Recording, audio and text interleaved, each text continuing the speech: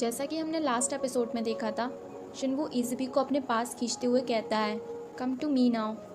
वहाँ दूर खड़ी ली सब कुछ देख रही होती है। उसका दिल टूट जाता है। इज़ुबी भी काफ़ी ऑकवर्ड फील करती है और वहाँ से चली जाती है। शिनवू उसके पीछे जाने की कोशिश करता है, पर संगिल उसे रोक लेता है और कहता है, क्या तुम्हें दिख नहीं रहा वो कितनी अनकंफर्टेबल फील कर रही है। यहाँ बेचारी ली का तो रो रो कर बुरा हाल हो गया था। उसकी फ्रेंड उसे काफ़ी समझाने की कोशिश करती है, पर वो रोए जा रही थी। यहाँ दूसरी तरफ संगिल भी इज़ुबी के पास आ जाता है, उसे कंफर्टेबल फील कराने। इज़ुबी संगिल से माफ़ी मांगती है और उसे बताती है कि मैंने तुमसे ये बात छुपाई कि हम दोनों असल में कज़न नहीं हैं। संगिल कहता है, इट्स ओके, इसमें सॉरी बोलने वाली कोई बात नहीं है। संगिल अपने घर आ जाता है, पर अभी भी वो इज़ुबी के बारे में ही सोच रहा था। वो हर एक पल जो उसने अभी तक इज़ुबी के साथ बिताया है, और वो भी काफ़ी कंफ्यूज होता है। यहाँ दूसरी तरफ इज़ुबी और शिनवू के बीच भी वो अनकंफर्टेबल फीलिंग आ गई थी। दोनों एक दूसरे से काफ़ी कुछ कहना चाहते थे, पर एक दूसरे को इग्नोर कर रहे थे। नेक्स्ट डे ग्रैंडमा को दिखाया जाता है। वो काफ़ी पेल नज़र आ रही थी। वो अपनी बीमारी को छुपाने के लिए काफ़ी सारा मेकअप कर लेती हैं। जब शिनवू स्कूल के लिए जा रहा होता है तो वो अपनी ग्रैंडमा को देखता है और पूछता है, आखिर आप जा कहाँ रही हो। वो उसे झूठ बोल देती हैं, मैं अपने दोस्तों के साथ वेकेशन पे जा रही हूँ और कुछ दिन वहीं मज़े करूँगी। तुम घर का और इज़ुबी का दोनों का ख्याल रखना। यहाँ पूरे स्कूल में शिनवू और इज़ुबी की चर्चा हो रही थी, मानो पूरा स्कूल उनके रिलेशनशिप के बारे में जानना चाहता है। शिनवू जैसे ही क्लास में आता है, एक लड़का उसे कहता है, हे न्यू कपल। शिनवू को काफ़ी गुस्सा आता है। वो उठकर खड़ा हो जाता है, पर इतने में ही सर वहाँ पर आ जाते हैं। तभी एक बच्चा आवाज़ लगाता है, सर, शिनवू और इज़ुबी दोनों कज़न नहीं हैं। और एक बार फिर क्लास में वही ऑकवर्ड साइलेंस हो जाता है। यह स्कूल टीचर को दिखाया जाता है। वो अपनी कल की हुई गलती के लिए माफ़ी मांगने आते हैं कि तभी दूसरे सर वहाँ पर आ जाते हैं और कहते हैं, क्या आप इस तरह से माफ़ी मांगोगे? ना तो आपके हाथों में फूल है, ना ही कोई तोहफा। वो उनके कान में एक आइडिया कहते हैं, जिसे सुनकर वो शॉक्ड हो जाते हैं और कहते हैं, क्या इससे उन्हें अच्छा लगेगा? वो सर कहते हैं, 100%, और उनके मुंह में हैंकी डाल देते हैं और ज़ोरदार पंच करते हैं, जिससे उनकी नोज़ से ब्लीडिंग होने लगती है। सर अपनी ब्लीडिंग वाली नोज़ लेकर जैसे ही मैम के पास जाते हैं, मैम अपने सपनों में दूसरे सर को याद कर रही होती हैं।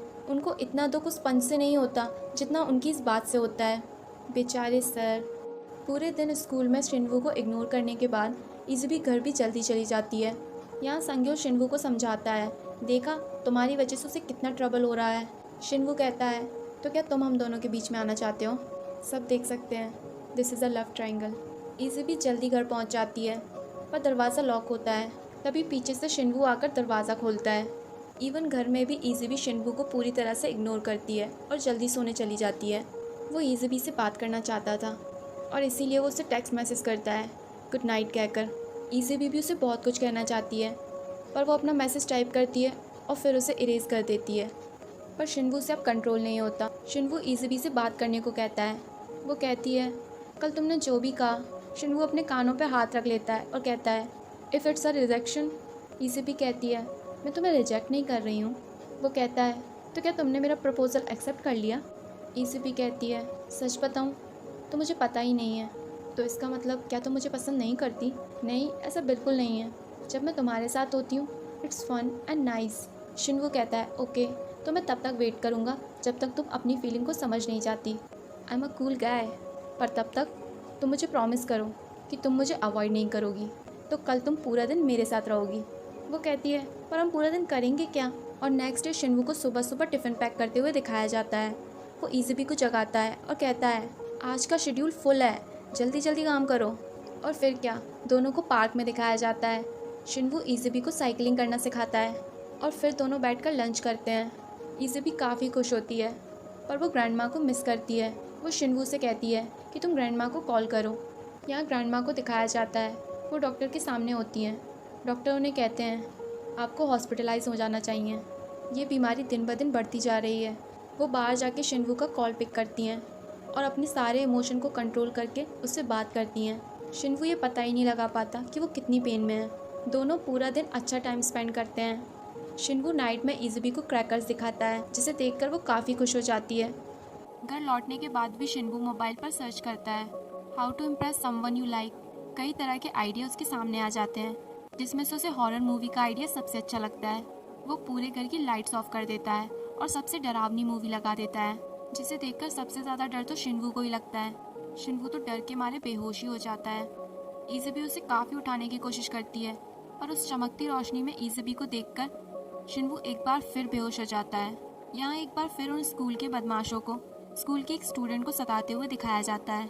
इज़ुबी जैसे तैसे कैंडल जला के शिनवू को उठाने की कोशिश करती है और शिनवू आखिरकार उठ जाता है।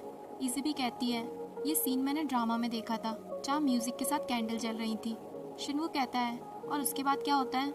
इज़ुबी के मुंह से निकल जाता है, किस, और वो अपने मुंह पर हाथ रख लेती है और शिनवू उठकर सोने के लिए चला जाता है।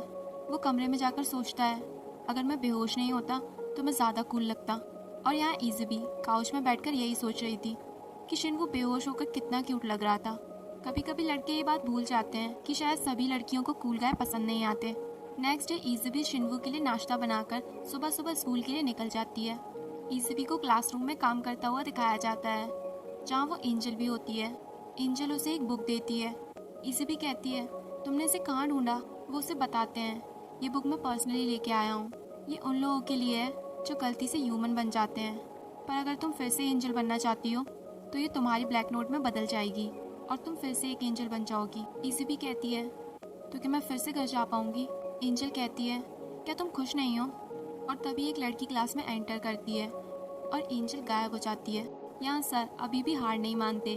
वो बार बार उन्हें मनाने की कोशिश करते हैं और हर बार की तरह फेल हो जाते हैं। इज़ुबी एक लड़की के पास जाती है और उससे पूछती है, क्या एक एंजल को ह्यूमन से प्यार हो सकता है? वो कहती है, इस बुक में तो यही लिखा है।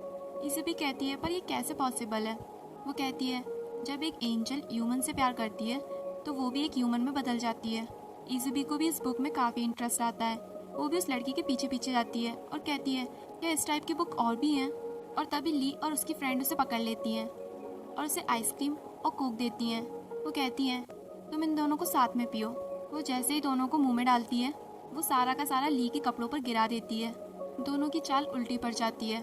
सभी लोग स्कूल से घर जा रहे होते हैं। तभी शिनवू का दोस्त कहता है, चलो हम दोनों गेम खेलने चलते हैं। शिनवू इज़ुबी को भी इनवाइट करता है, पर इज़ुबी कहती है, मुझे घर पर काफ़ी काम है। शिनवू भी तुरंत मना कर देता है। शिनवू का फ्रेंड कहता है, अच्छा तुम्हें गर्लफ्रेंड मिल गई तो तुमने गेम वगैरह सब छोड़ दिया? तभी इज़ुबी कहती है, मुझे घर पे काम है और मैं वहाँ बैठकर ड्रामा भी देखूंगी, तो तुम अपने दोस्तों के साथ जा सकते हो। और शिनवू बिल्कुल वैसा ही करता है। यहाँ इज़ुबी जैसे ही घर पहुँचती है, एक आदमी दुकान के बाहर खड़ा होता है। वो इज़ुबी को बताता है कि तुम्हारी ग्रैंडमा ने दुकान को सेल करने को कहा है और मैंने एक अच्छा ग्राहक भी ढूंढ लिया है। इज़ुबी को कुछ भी समझ नहीं आता। इज़ुबी सीधे ग्रैंडमा को कॉल करती है। ग्रैंडमा उसे ये बात शिनवू से छुपाने को कहती हैं और फ़ोन काट देती हैं। इज़ुबी घर में अकेली होती है। वो अपनी उस बुक को देखती है और अपना हाथ उस पर रखने ही वाली होती है कि उसके पास ली का कॉल आ जाता है और वो उससे मिलने पहुंच जाती है। ली कहती है, मैं मर जाना चाहती हूँ। इज़ुबी उसे समझाती है, अगर तुम मर जाओगी तो तुम शिनवू को कैसे देख पाओगी? उसे देखने का फ़ायदा ही क्या है? उसे मेरी कोई परवाह नहीं है। और ली रोने लग जाती है। इज़ुबी कहती है, क्या ह्यूमंस तब रोते हैं जब वो किसी को लाइक करते हैं? ली कहती है, जब हम किसी को इतना पसंद करते हैं तो हमें हर्ट होता है। इज़ुबी कहती है, क्या मैं तुम्हारे लिए कुछ कर सकती हूँ? ली उसे पानी और टिश्यू लाने को कहती है। उसका बैग रख लेती है और इज़ुबी के जाने के बाद वो उसके बैग को चेक करती है। रास्ते में इज़ुबी को शिनवू मिलता है। वो उससे पूछता है, तुम यहाँ क्या कर रही हो? क्या तुम मेरा वेट कर रही थी? ली ने उसे बताने से मना किया था कि वो दोनों मिले, इसलिए वो झूठ बोल देती है, हाँ मैं तुम्हारा वेट कर रही थी। शिनवू उसे प्रेजेंट देता है और इज़ुबी काफ़ी खुश हो जाती है। दोनों साथ साथ घर लौटते हैं और इसी के साथ हमारा ये एपिसोड यहीं पे ख़त्म हो जाता है।